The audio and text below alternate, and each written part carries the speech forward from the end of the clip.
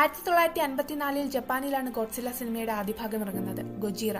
തൊട്ടടുത്ത വർഷം തന്നെ അതിന് രണ്ടാം ഭാഗവും ഇറങ്ങി. വിജയകരമായി ഓടിയ സിനിമകളാണ് രണ്ടും. ഒരു പൗരാണിക കടൽ ജീവി ന്യൂക്ലിയർ ബോംബ് ടെസ്റ്റിനെ തുടർന്ന് ജീൻ മ്യൂട്ടേഷൻ സംഭവിച്ച് അസാധാരണമായി വലിപ്പം വെക്കുന്നതും നഗരത്തെ ആക്രമിക്കുന്നതും മനുഷ്യരെ മുൾമുനയിൽ നിർത്തുന്നതുമാണ് ചിത്രത്തിന്റെ പ്രമേയം.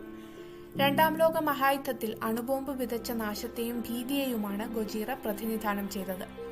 ഇത് ഹിറ്റായതോടെ ഇതുപോലൊരു സിനിമ വിഭാവനം ചെയ്ത അന്നത്തെ കൊറിയൻ നേതാവ്, അതായത് ഇപ്പോഴത്തെ സാക്ഷാൽ കിം ജോങ് ഉന്റെ അച്ഛൻ, സൗത്ത് കൊറിയൻ സംവിധായകനെ തട്ടിക്കൊണ്ടൊക്കെ വന്ന് പുൽഗാസാരി എന്ന സിനിമ എടുക്കുന്നു. കൊറിയൻ നാടോടി കഥകളിലെ ലോഹം ഭക്ഷണമാക്കി ആചാനബാഹുവായി വളരുന്ന പുൽഗാസാരി ആൾക്കാരെ അഴിമതിക്കാരായ രാജാവിൽ നിന്ന് രക്ഷിക്കുന്നതാണ് കഥ. ഈ പ്രമേയം നോർത്ത് കൊറിയൻ രാഷ്ട്രീയ സംഹിതകളോട് വളരെ അടുത്ത് നിൽക്കുന്നതായിരുന്നു.